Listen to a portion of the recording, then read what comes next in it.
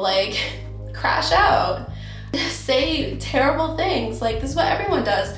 BPD is a really hard thing to live with. But seeing people be transparent about their own healing journey, I think makes it a lot easier for anyone who else is going through it to navigate. My name is Jess and I have BPD. What if I told you that due to my chaotic surroundings and my upbringing, I had no idea that anything was wrong with me until I had a major depressive episode when I was 23. Looking back, after completing CBT twice, I can see some major red flags in my behavior during my teenage years. But while it was happening, girl, you couldn't tell me anything. I thought everything was normal. Like, you mean to tell me everyone wasn't feeling that intensely? That was just me? The time I was going through it, I thought that everything I was experiencing was completely normal. I was self-harming, slowly developing an eating disorder, and I would sabotage every relationship I had, either romantic or platonic, at some point. I can remember splitting on friends and saying some really hurtful things because it was just easier for me to push them away and essentially rip off the band-aid than it was for me to maybe accept that we were outgrowing each other, or to have a little bit of conflict and resolve that in a healthy way. Honestly, I did not know what healthy conflict resolution was. I think that I thought that it was fighting and I thought it was chaos. Like, if you loved me, if you were my friend, I need you to ride for me. And that meant like ride or die. Like, obviously in my adult years, I've like come to regret having that as my experience, but I also honor the person that I was at that time. And that little girl just needed love. She was just like raised on survival and raised in a chaotic environment and didn't know what it was like to actually like be around love and to love people, to show them like genuine love. I had no idea what that looked like because like love was always attached to some sort of strings for me. There was always something attached to it. And it's sad. Like, I actually like I feel bad for myself knowing that that's like how I experienced love and how I looked at the world. But that was all before I knew that I had BPD. When my first relationship in high school ended, I crashed the out, like real bad. I used what a lot of people call manipulation tactics and toxic behaviors to try and get my way with them. At that point, I would have done anything to make them stay. The thought of my person not wanting to be with me was obviously gut-wrenching, but like honestly, throughout our entire relationship, who was the problem? It was me. I was the problem. I would pick fights over like absolutely nothing. And as I've gotten older, I've realized that like you have to pick and choose your battles. You don't have to fight over everything. And I think that like if somebody had told me that when I was younger Jess could have benefited from that a lot.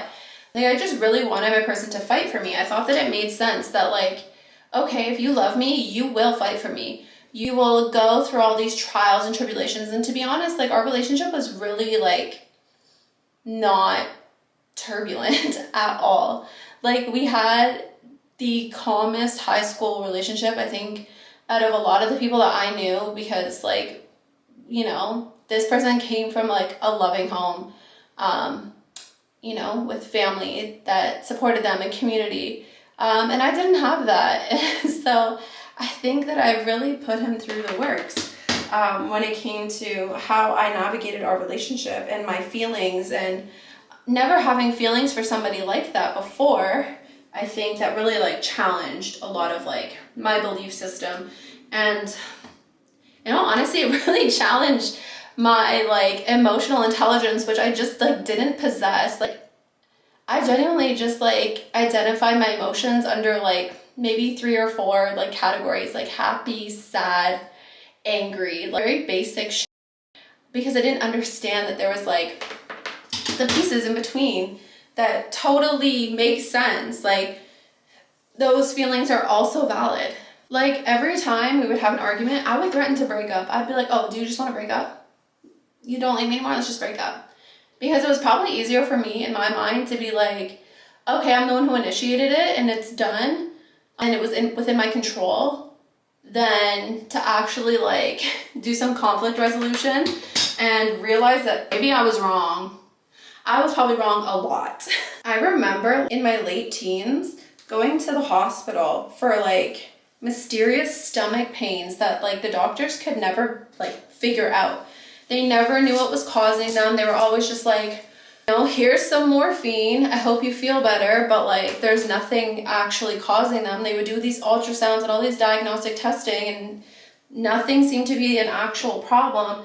It just turns out that like my anxiety was just manifesting as a physical symptom. And I think like I can maybe smile while I'm talking about it now because like I can understand that about myself, and like that anxiety can make you physically ill. Depression can make you physically ill, especially if it's like unaddressed and you have no one to talk to about it. And like that's why it's so important to let that out. But like obviously I didn't know that at the time. I thought that like, okay, this is normal, like crash out, say terrible things, like this is what everyone does.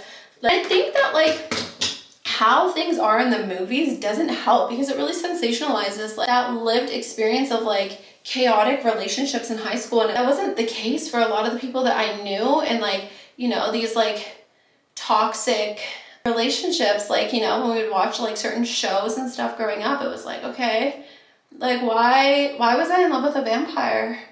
Why, like a vampire who stalked his girlfriend? Why did I think that that was okay? I was like, yeah, I want someone to love me like Edward Cullen loves Isabella. Girl, get it together. I think I just really wanted proof that somebody loved me and cared about me in the same capacity that I did for them. And craving that like attention and that like desperate state that I was in, like I thought that that was so normal because like adults around me would essentially do the same things like growing up in like different font, They would just be like, you don't love me if you don't do this. Like, oh, like you're not gonna put away the dishes, then like, you don't love me. Like acts of love were so important to me, and I thought that that was like normal. And it wasn't. It wasn't. I actually thought love was supposed to be like this tidal wave of emotions, the good, the bad, the ugly, and like that forever acceptance that like your partner is supposed to give you. And I think it was Jessie Reyes who like touched on that in an interview where she spoke about how she would love in a tidal wave kind of way, where like, the tidal wave comes up onto shore and like it's just like pouring out my entire cup, pouring everything out, giving everything into this, which just leaves you really like empty at the end. And I really like that analogy because it's just something I identify with, the destruction that comes with a tidal wave.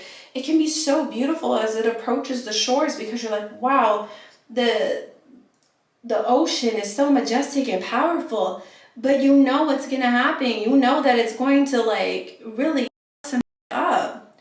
And like, that was just the way that I loved. And I thought that that was normal.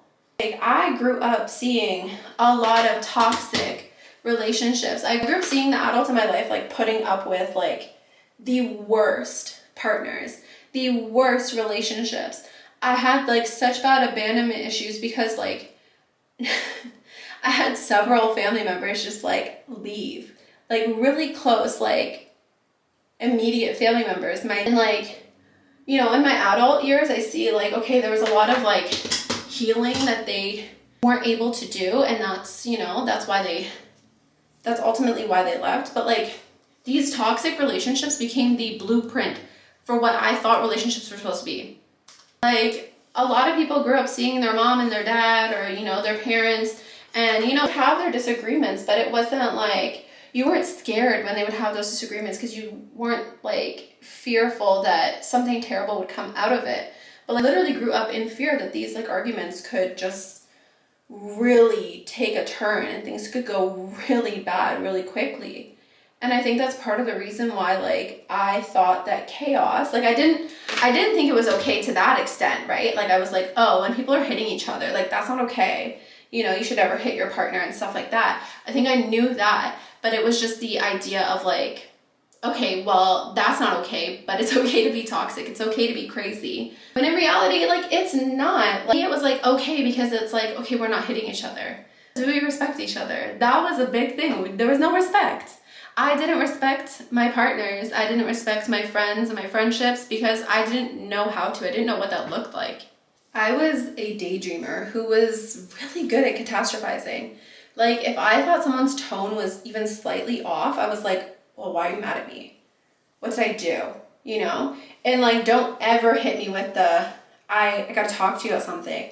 Because even if I've done nothing wrong, I am thinking in my head that I've done something terribly wrong and now you hate me. That's not normal. I would often spiral and think that like, well, no one actually likes you. No one's actually your friend. They're just pretending to be your friend. And that would cause me to really have a really hard time like properly bonding with people. Like, I don't think a lot of the people I went to high school with, who I was like relatively close with at the time, really knew exactly like what was going on at home or like what I had been through in life and the things that I had experienced. And I think that because of that, it made it so hard for me to like, connect with people, because in missing that connection that I was like craving from like my peers and my friends, it was really confusing because I knew that I wanted to have deeper friendships, but I just didn't know how to tell them when they came from like, even if they were like came from parents who had divorced, their parents were still respectful. They still like, you know, got to see their dads and like, you know, their bills were paid and they lived in these nice homes and their parents didn't have to tell them no because of money. They would just like, if they didn't want them to have something, they would just say no, you know, for other reasons. But like when my mom said no, it was because we didn't have the money. And like, I understand like not everyone has the same outcome as like me with having BPD, but I genuinely think that like a lot of it is because of like my environment and like watching my mom be in a toxic relationship and really losing parts of herself in that relationship. I think that was really challenging for me as a child to go from like having this like fun mom who like, okay, she like plays with me sometimes, you know, and like we go out places to like anything that this man wanted to do, right? And I think that was like really hard. And I don't think we realize how much that actually shapes like a kid's perspective on like the world and who you can trust, right? Like when our parents switch up on us, or the people who we look up to, you know, everyone has their flaws, everyone's human, but when you like see that for the first time, I think that really does something to your mental. It's like, wow, I thought you were like such a cool person, and now it's like this, and it's just like that inconsistency really f***s you up. And I just think that like, had I had proper role models when it came to the relationships that I witnessed throughout my childhood, I think I would have had a much better experience in my adult years in terms of like making friends and maintaining those friendships. I truly never understood how my friends were able to maintain their friendships like for so long. Like, yeah, like I had friends from like when I was a kid up until high school and stuff, but it wasn't like how they had their friends, right? Because like their friends that they had were like die-hard lifelong friends. Like they're all friends to this day, and I was not able to maintain that. I was just like, as soon as I felt like my feelings might get hurt, I was like, okay, I'm gonna head out because like I can't do this. I can't have this letdown and this step back. Like at least I know what to expect if I hurt my own feelings and I step out. Not only were my friends able to maintain these external relationships, like with their friends and their family, but like their relationship with themselves was so beautiful. Like they knew who they were. They knew what they wanted to go to school for. They knew what their interests were. They knew like, you know, what they liked and what they didn't. But for me, I just found myself like really being a chameleon and becoming a different version of myself dependent on who I was around. And like everyone would always comment on like, oh wow, you make friends so easily. Yeah, because I mirrored people. I literally became them in a different version, you know? So I think like that's the part that's really hard to like get a grip on, is realizing that like even though I made friends really easily, I couldn't keep them. It wasn't that like I did that intentionally. It's just a part of BPD. Mirroring is so challenging because people literally will think like, you're the life of the party, oh my god, you're so amazing, like why don't you want to come out now, why don't you want to be around people? And it's like, girl, I'm tired. I'm tired of putting on this show. I think there was a large part of me that was so focused on conforming and adapting to my environment and sacrificing like discovering who I actually was and honoring the versions of myself. And I think a lot of that stemmed from like my childhood and like, you know, being told like, go be a kid, like get out of adult business. And then when like, you know, certain people were around, it was like, no, go be a kid, but like not like that, you know? And so I never really got to really discover who I was and to honor that in my childhood. So in my adult years, I had to figure that all out. I recognize now that like what I needed was love and patience and guidance from the adults around me. But instead I was met with different forms of abuse and manipulation and outright abandonment. I wish someone would have taught me like the tools to regulate my emotions, to identify my emotions and like process them. I wish somebody had have like guided me towards having a better emotional IQ at a younger age, because like my peers were like light years ahead of me when it came to like being able to regulate themselves. Like one small inconvenience and a girl like me was ready to pop off. I've debated like talking about my diagnosis for years openly, and I think that's why I gave myself this umbrella term as like neurodivergent, because I was just so afraid that people would judge me, because there is a lot of stigma around BPD. But I think that there are more of us that are like silently struggling than it's worth to just like mask what I actually experience as an umbrella term of like neurodivergent. Because yes, even though it is considered a neurodivergent diagnosis or it falls under that umbrella, I think that it's important to like actually say what it is that I've been diagnosed with and what I have and what I experience, because maybe there's someone out there who could really benefit from hearing this and knowing that it gets easier. Because in my early 20s, it was hard. Like, I'm not gonna sit here and sugarcoat it and be like, oh, like, it was easy. I just went to therapy and I figured it out. Like, no, it was not easy. It was hard. It was a lot of work. But I feel like anything, like if you played sports, it's a lot of work. If you want to go to school and become a doctor, it's a lot of work. Whatever it is that you want to achieve in life, it's a lot of work. And I think understanding that like the work is worth it. I'm not saying every day is like rainbows and lollipops and sunshine, because I have my days still, but I think that like my baseline is a lot better. I wish that there was a creator who openly talked about like their experience with BPD and their healing journey while I was navigating mine. I think that would have probably given me a little bit more hope. So that's part of why I'm trying to be so open and transparent about my own journey, because maybe this will give somebody hope. BPD is a really hard thing to live with, but seeing people be transparent about their own healing journey, I think makes it a lot easier for anyone who else is going through it to navigate. Like I said, I didn't think that there was anything wrong with me, because the adults in my environment and like my immediate family responded very similar in terms of like how they dealt with their emotions and how they didn't regulate them. So I thought that when I did it, it was normal.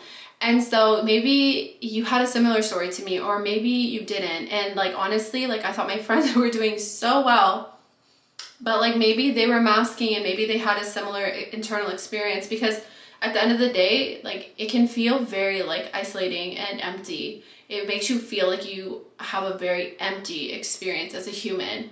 But I'm telling you, there's so much joy, there's so much fulfillment in life, there's so much to live for. And if you relate to anything that I just said around my journey with BPD, or even if it's just a little bit, stick around, because I think that building community is so important.